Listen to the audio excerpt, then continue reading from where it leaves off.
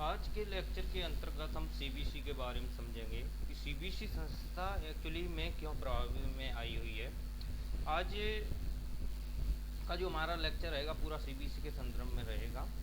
देखिएगा कि जैसे हमारे देश में एक आर्थिक समृद्धि वाला देश है और अर्थव्यवस्था में भी जिस प्रकार से धीरे धीरे इसमें जिस प्रकार का ग्रोथ होता जाता है, तो उसके लिए सरकार समय समय पर क्या करती है, विधि बनाती है, कानून बनाती है और विधि के माध्यम से जनता तक जो आर्थिक स्थितियाँ हैं या उनको आर्थिक व्यवस्था को बढ़ावा देने के लिए जो कानून पारित करती है, उसमें एक प्रकार से पूरा एक कैटेगरी होती है, वो क्या होती है, ब्यूरोक्रेसी होती है। उसके माध्यम से क्या करती है, नियमित रूप से जनता तक अपनी राय प्रदान करती है और जनता से अपेक्षा करती है कि वो भी इस तक अपनी सहमति को प्रदान करके सार्वजनिक रूप से अपनी क्या रखे, एक राय प्रकट रखे।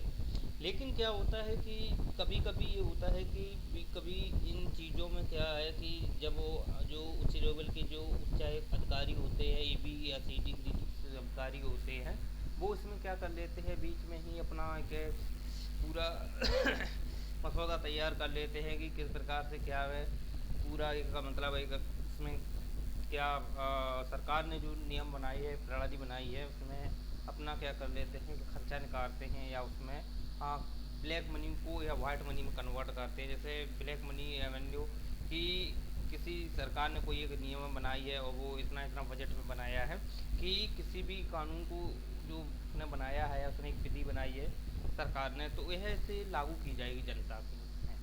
तो क्या होता है कि वो एक पूरी ब्यूरोक्रेसी होती है उसके लिए। तो वो ब्यूरोक्रेसी में देखा होगा अपने आईएएस रैंक के अधिकारी होते हैं, आईपीएस रैंक के भी अधिकारी होते हैं, उच्च लेवल पे जो आईआरएस के अधिकारी होते हैं, जैसे वित्त मंत्रालय राजस्व विभाग में जो काम करते हैं, तो उनको क्या करती है, इनकी जांच के लिए इनकी मतलब एकदम समय समय पर इनकी इंक्वायरी करने के लिए एक संस्था की आवश्यकता पड़ती है। और वो संस्था जो होती है वो इनसे क्या करती है, अपनी एक जांच पड़ताल करती है या जांच पड़ताल करने के बाद और उसमें एक पूरा अपना एक फ़ाइल तैयार करती है। और जब इनको लगता है कि ये कदाचार या भ्रष्टाचार संलिप्त व्यक्ति है तो उसको दंड भी दे सकती है। तो इस अवधि में क्या हुआ था कि जब भारत से मतलब स्वतंत्र हुआ तो स्वतंत्र के बाद तक 1964 तक एक से पहले एक ईडी थी, यानी कि इंफॉर्मेंस डायरेक्टोरेट। ये एक प्रकार से क्या थी, एक संस्था थी जांच के लिए। तो यह क्या थी, गृह मंत्रालय के अंतर्गत ही कार्य करती थी और जो भी हमारे देश के अंतर्गत जो भी जांच एजेंसियां हैं, चाहे एनआई हो, चाहे सीबीआई हो या सीबीसी हो, ये पूरे गृह मंत्रालय के अंतर्गत ही काम करती हैं। क्योंकि गृह मंत्रालय एक पूरा मंत्रालय होता है, उसके विभाग होते हैं। तो यह जो पूरा पूरा एक देखा जाए जो चार्टर होता है, तो चार्टर में ही इनका एक पूरा एक लिखित प्रमाण होता है कि उनका एक पूरा जैसे जैसे कैसे ये काम करेंगे। ठीक है, तो इनके लिए भी एक पहले फर्स्ट 1 मई 1900 देखा जाए तो ये फर्स्ट 1 मई को जब 1956 में जब एक ईडी बनाई गई, तो ईडी जो शुरू स्टार्टिंग में ही ये एक प्रकार की देखी जाए एजेंसी थी और जो वर्तमान में आज भी जो है काम करती है।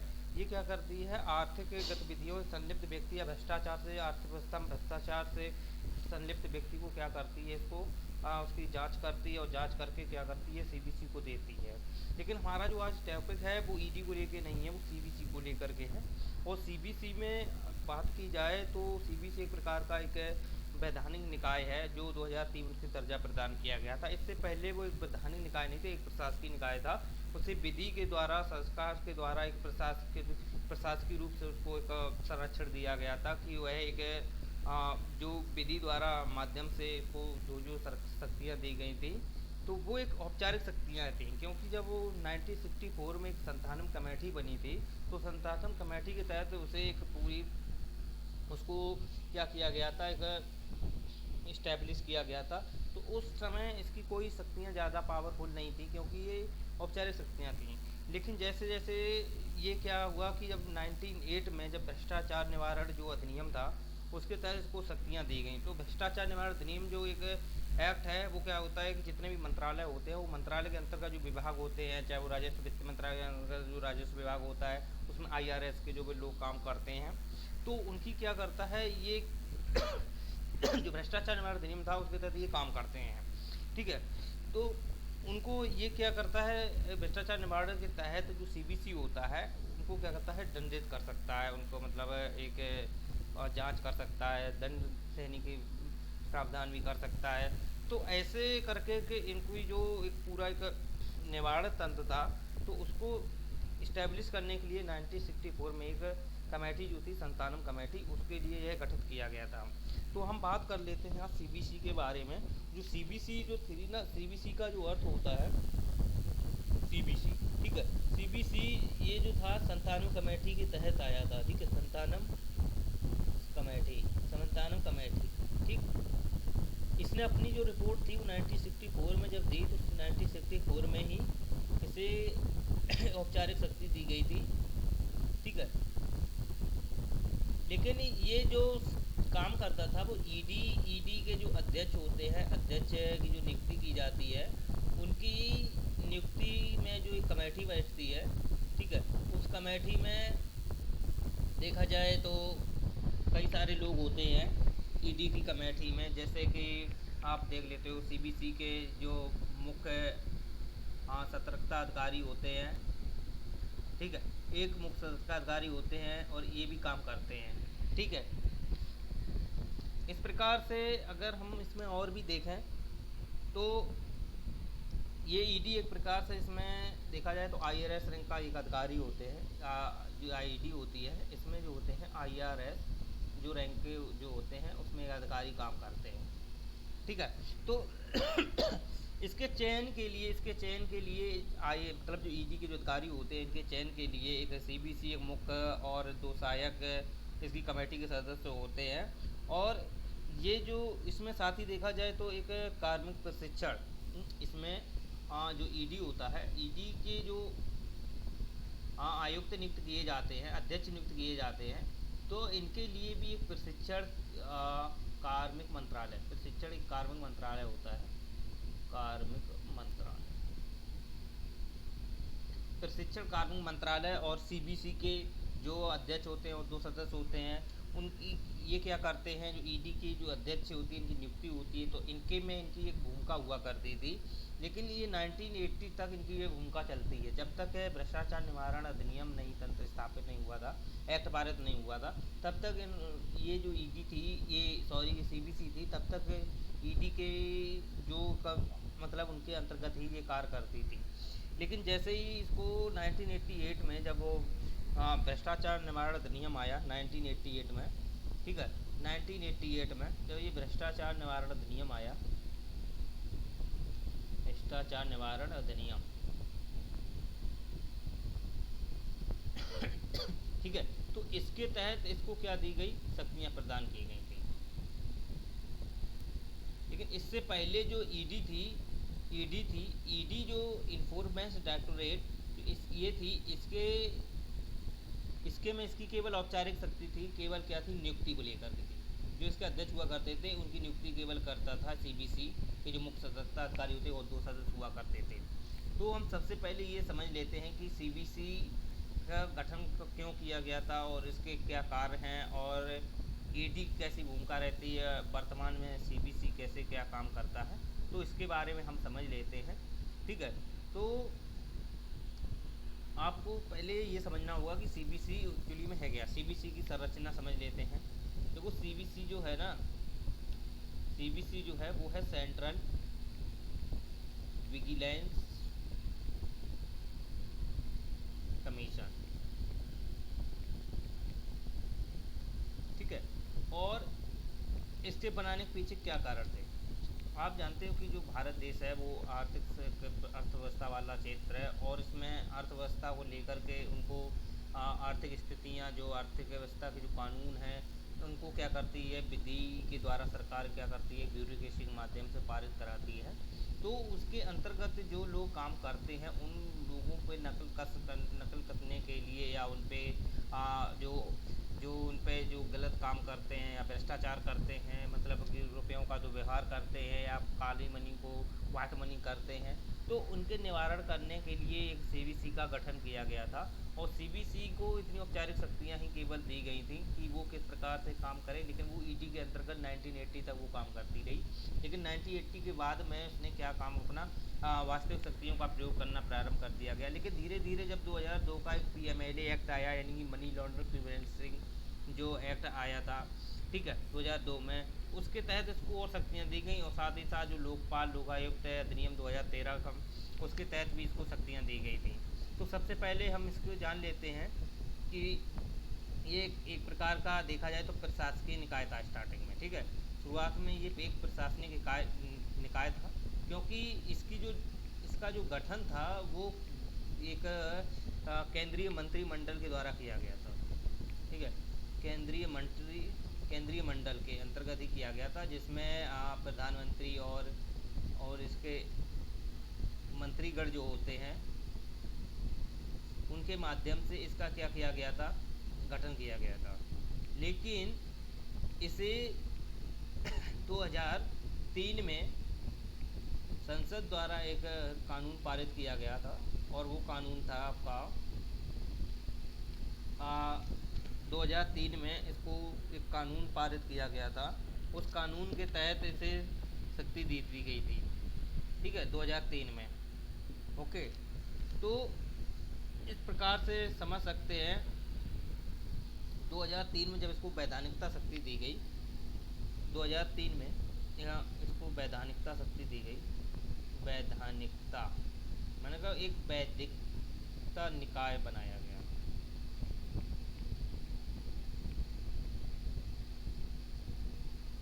ठीक है। लेकिन क्या हुआ कि जब ये प्रशासनिक निकाय था तो उस टाइम इसके पास इतनी पावरफुल, इतनी शक्तियाँ नहीं थी। लेकिन इसे 1980 में एक हमारा एक्ट था भ्रष्टाचार निवारण अधिनियम, भ्रष्टाचार निवारण अधिनियम,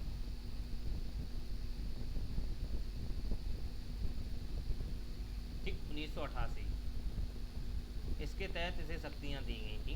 और भ्रष्टाचार निवारण जो अधिनियम था, ये देखा जाए तो जो जितने भी मंत्रालय होते हैं केंद्र के, केवल ये केंद्र में ही काम करती है, राज्य में नहीं काम करती है। राज्य के कोई मंत्रालय या राज्य कर्मचारियों पे इसका किसी प्रकार का कोई पावर या शक्ति लागू नहीं होती है। ये केवल केंद्र के ही जो अधिकारी होते हैं, मंत्रालय होते हैं, विभाग होते हैं, तो वहाँ के जो कर्मचारी होते हैं और वहाँ के जो जितने भी प्रकार के जो सदस्य होते हैं, उनकी जो गतिविधियाँ होती हैं, जो कार्य में वो संलिप्त होते हैं, तो उनकी देखरेख एवं जांच के लिए एवं उनको दंड देने के लिए इसका गठन किया गया था। सबसे पहले हम इसकी जान लेते हैं जांच नहीं, हम पहले जान लेते हैं इसके कि यह इसकी संरचना के बारे में। तो पहले हम संरचना के बारे में समझ लेते हैं कि संरचना एक्चुअली इसकी क्या होती है। तो सबसे पहले हम जान लेते हैं सीबीसी की संरचना, ठीक है। सीबीसी की संरचना में देखा जाए तो इसमें एक मुख्य आयुक्त होता है, एक मुख्य आयुक्त होता है और दो सदस्य और होते हैं, ठीक है, कम से कम 3 सदस्य, ठीक है। तो इसमें ज़रूरी नहीं कि 1 2 3 ही हो सके, इसमें 2 भी हो सकते हैं, एक मुख्य आयुक्त एक सदस्य भी हो सकता है, ठीक है। तो इनकी जो नियुक्ति होती है, इनकी नियुक्ति करता है राष्ट्रपति। इनकी नियुक्ति कौन करता है? राष्ट्रपति, ठीक है। लेकिन राष्ट्रपति ऐसी नियुक्ति नहीं करता है, इनके लिए राष्ट्रपति क्या करता है, एक कमेटी गठित करता है। और इस कमेटी में क्या होते हैं, ये प्रधानमंत्री होते और गृह मंत्री होते हैं, और इसमें विपक्ष के नेता भी होते हैं, ठीक, विपक्ष के जो नेता होते हैं वो भी शामिल होते हैं। तो इस प्रकार हम देख सकते हैं कि इनका जो गठन होता है संरचना में, तो इसमें जो नियुक्ति करते हैं मुख्य आयुक्त और सदस्य की, वो राष्ट्रपति करते हैं। और इस कमेटी में, और जो कमेटी होती है वो राष्ट्रपति गठित करता है इनकी नियुक्ति के लिए, और उसमें प्रधानमंत्री, गृह मंत्री, विपक्ष के नेता भी शामिल होते हैं। लेकिन इनको क्या होता है, जो इनके सदस्य होते हैं और ये मुख्य आयुक्त होते हैं, इनको हटाने का जो कार्य होता है वो राष्ट्रपति करते हैं, ठीक है। हटाने का काम क्या करते हैं, राष्ट्रपति करते हैं। लेकिन राष्ट्रपति को कोई कमेटी और इनकी प्रधानमंत्री और गृह मंत्री की इनकी कोई आवश्यकता नहीं होती है, क्योंकि यह स्वतंत्र होते हैं कि वो राष्ट्रपति कोई इनको अगर कदाचार या चाहता है, अगर किसी भ्रष्टाचार में ये संलिप्त हैं तो इनको क्या करता है राष्ट्रपति, आ, इनको क्या कर देता है बाहर, मतलब इनको हटा सकता है, निलंबित कर सकता है। ठीक है, तो इस प्रकार समझ सकते हैं कि जो एक सीबीसी की संरचना, एक मुख्यायुक्त होता है, 2 सदस्य होते हैं और इनकी नियुक्ति राष्ट्रपति करता है। तो इस तो इनका अब बात करते हैं कि इनका एक अपना एक सचिवालय होता है। सीबीसी जो होता है इनका एक अपना सचिवालय होता है, और इस सचिवालय में सचिव होते हैं। ठीक, और सचिव में देखा जाए तो एक मुख्य सचिव होता है और संयुक्त सचिव, मुख्य सचिव, संयुक्त सचिव। ठीक, इसी में अवर सचिव हुए और बहुत सारे कर्मचारी गण होते हैं। ठीक है, इस प्रकार से इसकी हम संरचना और इसके बारे में हम समझ लिए हैं कि किस प्रकार से इसकी संरचना होती है और इसका एक सचिवालय होता है। सचिवालय में कौन कौन से लोग होते हैं और इनका जो कार्यकाल होता है, जो ये सदस्य होते हैं इनका कार्यकाल 4 साल और या 65 वर्ष, यानी कि जो भी पहले हो जाए, 4 साल पहले हो जाए, 65 वर्ष है। यानी कि कोई व्यक्ति ये होता है कि वो जैसे 60 साल का हुआ और 60 साल में उसको क्या मुख्यायुक्त नियुक्त किया गया, सदस्य नियुक्त किया गया, तो वह क्या करता है 64 साल तक पद पर बना रहता है। ठीक है, अगर कोई व्यक्ति 63 साल पे नियुक्त किया जाता है तो अगर उसकी उम्र 65 साल हो जाती है तो वो 2 साल तक ही रह सकता है। ठीक है, तो इस प्रकार आप समझ सकते हैं जो भी 4 वर्ष पहले हो जाए या 65 साल हो जाए, तो 4 वर्ष या 65 साल में जो भी पहले हो जाता है इनकी क्या होता है अपना कार्यकाल होता है। इस प्रकार से हम समझ सकते हैं कि ये जो संस्था थी एक प्रकार की एक प्रशासकीय संस्था थी, बिना बिल के संस्था बनाई गई थी। लेकिन 2003 में जो अधिनियम पारित किया गया, सीबीसी एक्ट पारित किया गया, उसके तहत इसको वैधानिक दर्जा प्रदान किया गया था। इससे पहले एक विधि द्वारा एक संस्था, औपचारिक संस्था थी, और यह ईडी जो थी, ईडी के अंतर्गत ही एक अपना एक ईडी में जो व्यक्ति नियुक्त हुआ करते थे, मुख्य सचिव, जो मुख्य उनके जो अध्यक्ष हुआ करते थे, उनकी नियुक्ति में इसकी भूमिका हुआ करती थी। और यह केंद्रीय मंत्रालय जो होता है उसके अंतर्गत ही इसको भी इस्टेब्लिश किया गया था, क्योंकि जितनी भी संस्थाएं होती हैं वो केंद्रीय मंत्रालय की उनको इस्टेब्लिश किया जाता है। तो इस प्रकार से यह भी एक प्रकार की प्रशासनिक संस्था थी और सेबी इसके अंतर्गत ही इस्टेब्लिश किया गया था। ठीक है, तो इस प्रकार से आप समझ सकते हैं कि इसमें क्या क्या संरचना होती है और कैसे इसमें काम करते हैं जो ये लोग। इसके विषय में अब हम समझ लेते हैं कि इसके कार्य क्या होते हैं। तो सबसे हम समझ लेते हैं कि इसके कार्य क्या होते हैं। तो कार्य के बारे में अगर समझने में आए तो समझ लेते हैं कि जो कार्य है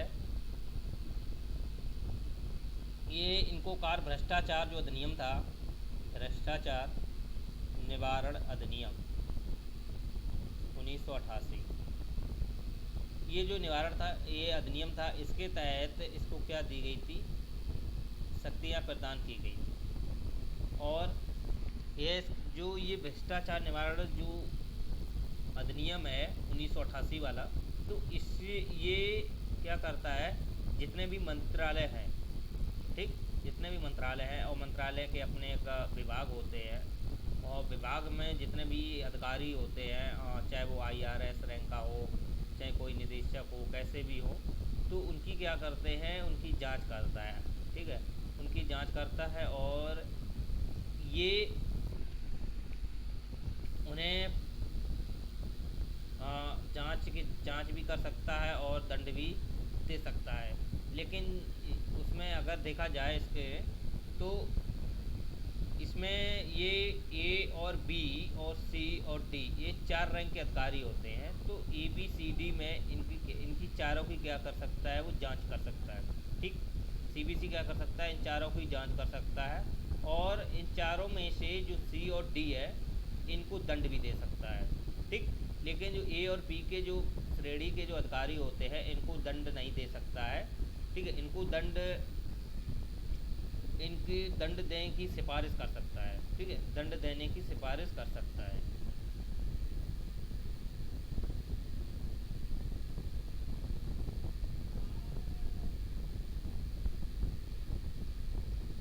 तो अब समझ सकते हैं कि जो A रैंक के हुए, बी रैंक के हुए, सी रैंक के, डी रैंक के जो अधिकारी होते हैं, इसमें से ए रैंक के अधिकारी और बी रैंक के अधिकारी, इनको यह जो सीबीसी होता है इनको दंड नहीं दे सकता है। लेकिन अगर ये रैंक के अधिकारी, बी रैंक के अधिकारी अगर किसी भी भ्रष्टाचार में संलिप्त हैं या इनको अयोग कदाचार इनको साबित कर देते हैं, तो इनको क्या कर सकता है, वो जांच कर सकता है और जांच की सिफारिश करके इसको क्या होता है, तो न्याय के द्वारा इनको दंड प्रदान किया जा सकता है। न्याय द्वारा जो दंड दिया जाता है, ठीक है। तो इस प्रकार से न्यायपालिका द्वारा इनको दंड दिया जाता है। लेकिन जो सी डी के रैंक के अधिकारी है, इनके तहत ये एफआईआर कर सकता है, और एफआईआर तो ए और बी के साथ कर सकता है, लेकिन इनको दंड नहीं दे सकता है। सी और डी के इनको अधिकारियों को दंड दे सकता है, जो केंद्र लेबर स्तर पर जो अधिकारी काम करते हैं इनको, ठीक है। इस प्रकार से हम समझ सकते हैं कि इसके ये जो कार्य होते हैं ये होते हैं। लेकिन जो भ्रष्टाचार होता है, भ्रष्टाचार भी दो प्रकार का होता है, जैसे लेन देन का हुआ और अधिकार व कर्तव्य को लेकर हुआ। जैसे बड़ी पार्टियां होती हैं और बड़ी पार्टियों में भी क्या करते हैं लोग, इस और जो बहुत सारे बड़ी पार्टियां होती हैं उसमें भी भ्रष्टाचार कर लेते हैं अधिकार को लेकर। उसमें भले पैसा ना हो, लेकिन एक व्यक्ति के अधिकार को लेकर भी उनका भ्रष्टाचार होता है उनके साथ में, तो उनका भी संरक्षण ये प्रदान करती है, ठीक है।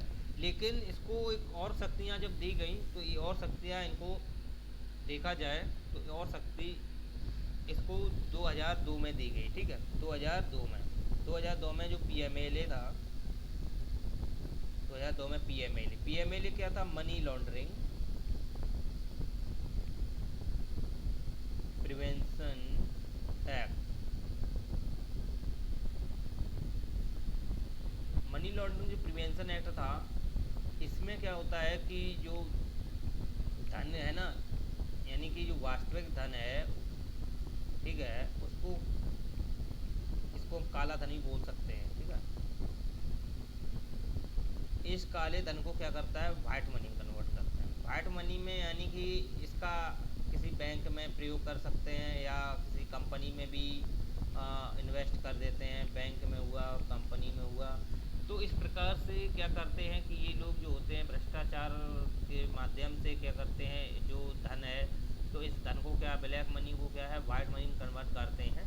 तो इनकी जांच करने के लिए जो एक एक्ट आया था पीएमएलए, तो ये पीएमएलए के तहत भी इसको शक्तियाँ दी गई हैं। जो पीएमएलए है ये 2002 में दिया गया था। ये जो है ना, ये राष्ट्रीय अंतर्राष्ट्रीय पर भी एक प्रकार से देखा जाए तो जांच कर सकता है। अंतर्राष्ट्रीय स्तर पे तो नहीं कर सकता है, लेकिन अंतर्राष्ट्रीय जो भी अंतर्राष्ट्रीय स्तर पर, जैसे भारत का कोई वर्ग व्यक्ति है और वो विदेश चला जाता है और विदेश में कोई इस प्रकार की संलिप्त कार्य करने लगता है, ब्लैक मनी को वाइट मनी में करके उसे यूज करता है, तो उस पर क्या करता है, ये पीएमएलए भी उनकी भी जांच कर सकता है, ठीक है। तो इस प्रकार आप समझ सकते हैं जो पीएमएलए की जो शक्तियाँ थीं उसके तहत भी इसको सीबीसी को शक्ति दी गई। और जो सीबीसी को इस प्रकार जो ताकत दी गई है वो थी मनी लॉन्ड्रिंग पीएमएलए 2002, ठीक। इस प्रकार से हम समझ सकते हैं कि जो मनी लॉन्ड्रिंग के तहत इसको भी शक्ति दी गई थी, अवैध धन को जो शोधन करके मतलब हवाला कारोबार जिसको बोला जाता है, वाइट मनी बनाना, ठीक है। तो लेकिन इसमें एक पूर्ण रूप से जब बदलाव कब आया, इसके बारे में हम समझ लेते हैं। पूर्ण रूप से जब इसमें बदलाव आया लोकपाल लोकायुक्त के समय, ठीक। 2013 का एक एक्ट था लोकपाल लोकायुक्त, ठीक है।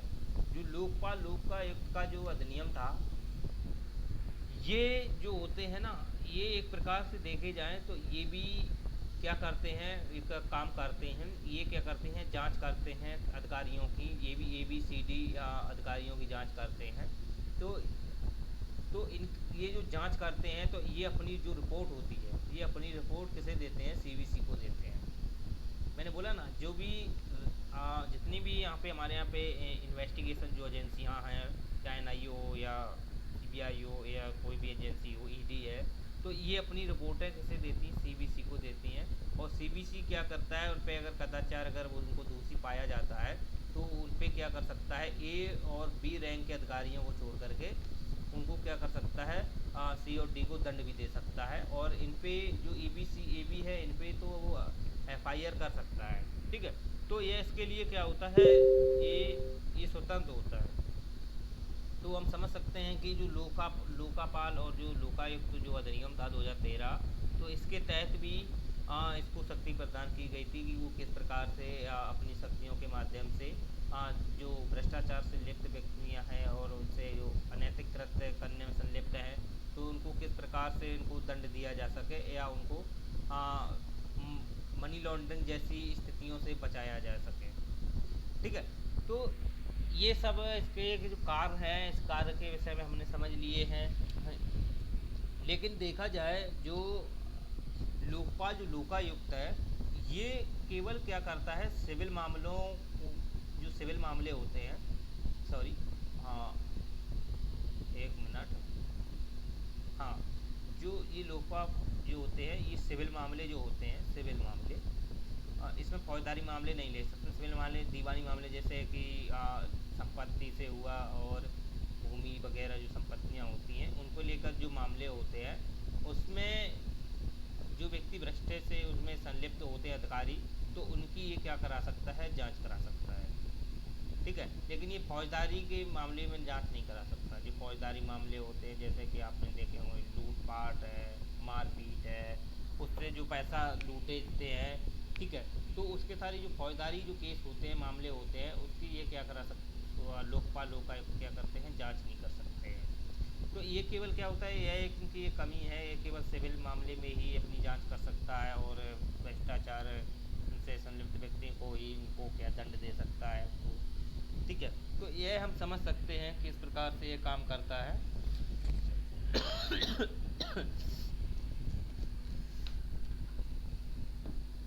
CBC के देखो, CBC जो होता है वो अपने कार्यों में भी स्वतंत्र होता है। ठीक है, तो अब बात आती है कि जो मंत्रालय होते हैं, मंत्रालय के अंतर्गत जो विभाग होते हैं, उसमें CBC किस प्रकार से काम करता है उसके विषय में आप समझ लेते हैं। ठीक है, जैसे कि जो CBC जो होता है, ठीक है, आपने एक एक्ट पढ़ा था, विल्सर यानी कि विल्सर एक्ट। ठीक, इस विल्सर एक्ट के तहत क्या किया गया था, एक गोपनीयता प्रदान की गई थी, गोपनीयता संरक्षण। आप समझ लेते हैं कि ये किन्हें दी गई थी शक्ति। तो आपको पता होना चाहिए कि जब जो मंत्रालय होते हैं, तो मंत्रालय के अंतर्गत ही विभाग होते हैं। ठीक है, तो मंत्रालय के अंतर्गत जो विभाग होते हैं, विभाग में ही अधिकारी जो काम करते हैं। ठीक है, तो उनकी देखरेख करने के लिए एक मुख्य सतर्कता अधिकारी भी होता है। ठीक है, तो जो मुख्य सतर्कता अधिकारी जो होता है, ठीक है, तो ये जो मुख्य सतर्कता अधिकारी होता है, ये क्या करता है, इन अधिकारियों की क्या करता है, देख रेख और उनकी मतलब की जानकारी करता है। और अगर ये मुख्य सतर्कता अधिकारी को लगता है कि ये भ्रष्टाचार संलिप्त है या कोई प्रूफ इनका एविडेंस निकलता है, वो स्वप्रमाणित होना चाहिए ना, तो ये स्वप्रमाणित करता है कि इसके पास ऐसी ऐसी कोई गतिविधि है या कोई ऐसे संलिप्त है या कोई ऐसे कामों में संलिप्त है जो जनहित के लिए नहीं है, जन को मतलब कि ठेस पहुंचाएंगे। तो ये क्या करता है, CBC को जानकारी दे सकता है, मुख्य सतर्कता। ठीक है, तो इसकी सुरक्षा के लिए क्या करता था, ये जो विल्सन एक्ट था, इसके तहत गोपनीयता संरक्षण दी गई थी। ठीक है, तो ये जो गोपनीयता संरक्षण तो जो था ना, तो ये केवल क्या था, इसमें भी ऐसे व्यक्ति काम करते हैं जो मतलब कंपनी से भी आते हैं बाहर निकल के, और कोई एजेंसियों से भी इसमें लोग जो वरिष्ठ लोग होते हैं इसमें बैठते हैं, काम करते हैं। तो ये क्या करते हैं, इनकी क्या करते हैं, सुरक्षा करते हैं इस व्यक्ति मुक्त संस्था की। क्योंकि ये जो होता है ना, इसके जो अधिकारी होते हैं, इसमें जो भी काम करते हैं, ठीक है, तो समझ सकते हैं। एक मिनट, स्क्रॉल्स को कर लेते हैं। ठीक है, अब आ गया।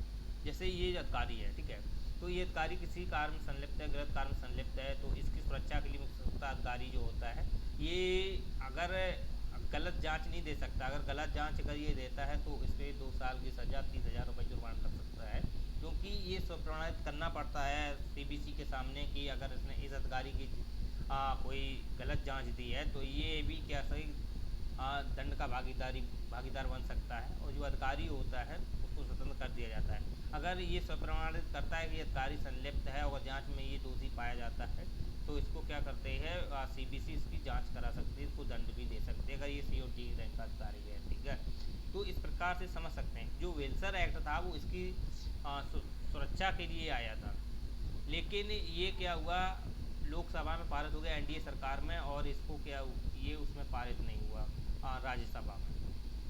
एनडीए की जब सरकार 2014 में आई, ठीक, तो ये 2011 में आया था, 2011 में आया था, और 2014 में ये क्या हुआ, पूर्ण रूप से लागू हुआ था। तो 2014 में एनडीए की सरकार आ गई तो इसलिए ये क्या हुआ था, राज्यसभा में पारित नहीं हुआ था। तो वेल्सर जो एक्ट था वो केवल क्या करता है, जो मुख्य सशस्त्र अधिकारी है और मुख्य सशस्त्र अधिकारी में ही जो रैंक के अधिकारी बैठते हैं, ए रैंक का अधिकारी होता है वो ही इसमें बैठता है। वो इन अधिकारी जितने भी राजस्व अधिकारी होते हैं और जिसे भी अलग अलग मंत्रालय विभाग में जो अधिकारी होते हैं उनकी क्या करता है, ये जानकारी करता है और ये रिपोर्ट क्या करता है, सीबीसी को प्रदान करता है। तो इस प्रकार से समझ सकते हैं। और ये जो मुख्य सशस्त्र अधिकारी जो होता है ये सीबीआई को भी अपनी रिपोर्ट दे सकता है। जैसे हम आगे अभी सीबीआई पढ़ेंगे तो उसमें भी सीबीआई के बारे में बताएंगे, तो उसमें क्या होता है, ये मुख्य सशस्त्र की उसकी भूमिका इसकी होती है। तो इस प्रकार हम समझ सकते हैं कि किस प्रकार से वेल्सर एक्ट काम करता है, किस प्रकार से सीबीसी काम करता है। ठीक है, जो अनैतिक गतिविधियों से संलिप्त व्यक्ति होता है उनकी ये क्या करता है, मुख्य सशस्त्र अधिकारी जो है उन पर एक नकल कसी करने के लिए सीबीसी को रिपोर्ट देता है, और ये अपनी जो रिपोर्ट होती है वो लिखित देना पड़ती है। ठीक है, लेकिन जो सीबीसी होता है, सीबीसी देखा जाए तो सीबीसी किस पे लागू नहीं होता है, जैसे कि केंद्र के जो केंद्रीय सेना है, केंद्र की जो सेना है उस पर काम नहीं कर सकते हैं।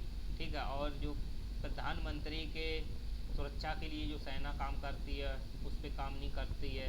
ठीक, सीबीसी लागू नहीं होता है। और इसी के बाद में देखा जाए तो जो जैसे राज्य के जो जितने भी मंत्रालय होते हैं, आयोग होते हैं, उनके जो कर्मचारी होते हैं, अधिकारी होते हैं, उस पर ये क्या करते हैं, उस पर ये काम नहीं कर सकती है। तो इस प्रकार इसकी कुछ कमियां हैं, ये केवल अपने केंद्र में ही काम करती है और केंद्र में इसकी एक महत्वपूर्ण भूमिका होती है। और इसमें हमने आपको बता दिया है कि इसको जो वास्तविक शक्तियाँ थी पूर्ण रूप से 2013 का जो लोकपाल लोक आयुक्त अधिनियम था उसके तहत इसको प्रदान की गई थी। लेकिन लोकपाल लोकायुक्त की भी अपनी कमियां हैं, केवल ये सिविल मामलों में ही जांच कर सकता है, फौजदारी नहीं कर सकता है। और ये ABCD रैंक के जो अधिकारी होते हैं उसमें से A और B की केवल यह सीबीसी को सिफारिश दे सकता है कि यह उनको जांच करे, उनकी एफआईआर करे, लेकिन दंड ना दे। लेकिन सीओटी को एफआईआर, जांच और दंड दे सकता है। तो इस प्रकार से समझ सकते हैं कि यह एक आर्थिक व्यवस्था, एक आर्थिक समृद्धि के लिए, देश की एकता, अखंडता, सुरक्षा के लिए जो कुछ भ्रष्ट जो अनैतिक कृत्य करते हैं जो अधिकारी होते हैं उनकी नकेल कसने के लिए यह पूर्ण रूप से लागू किया गई थी। तो यह हमारे लिए क्या है, हमारे जनहित के लिए और लोगों की सार्वजनिक भूमिका को महत्व देने के लिए ऐसी संस्था का प्रयोग किया गया था। और आज का लेक्चर हमारा इतना ही था। और इस प्रकार से हम समझ सकते हैं कि यह किस प्रकार से काम करती है, इसकी संरचना कैसे है और कौन कौन एक्ट के माध्यम से उनको शक्तियाँ दी गई थी। और ये पूरा हमारा ओवरव्यू था और ओवरव्यू के माध्यम से हमने इसको डिटेल से समझा। तो आज का हमारा लेक्चर इतना ही है। और आज हम कल समझेंगे कि सीबीआई के बारे में, सीबीआई सेंट्रल ब्यूरो जो इन्वेस्टिगेशन है उसकी क्या भूमिका है और इनकी अलग अलग है। देखो बात ये है कि सब है तो जांच एजेंसियाँ, लेकिन इनकी जो भूमिकाएँ जो होती हैं वो थोड़ा भिन्न भिन्न है। तो उस प्रकार से हम इनकी भूमिकाएँ को समझ सकते हैं। तो आज का हमारा जो लेक्चर था वो इतना ही था। ठीक है, तो कल हम पढ़ेंगे जो सीबीआई है, सीबीआई के बारे में। तो सीबीआई किस प्रकार से काम करती है और कैसे क्या करती है इसके विषय में हम समझेंगे।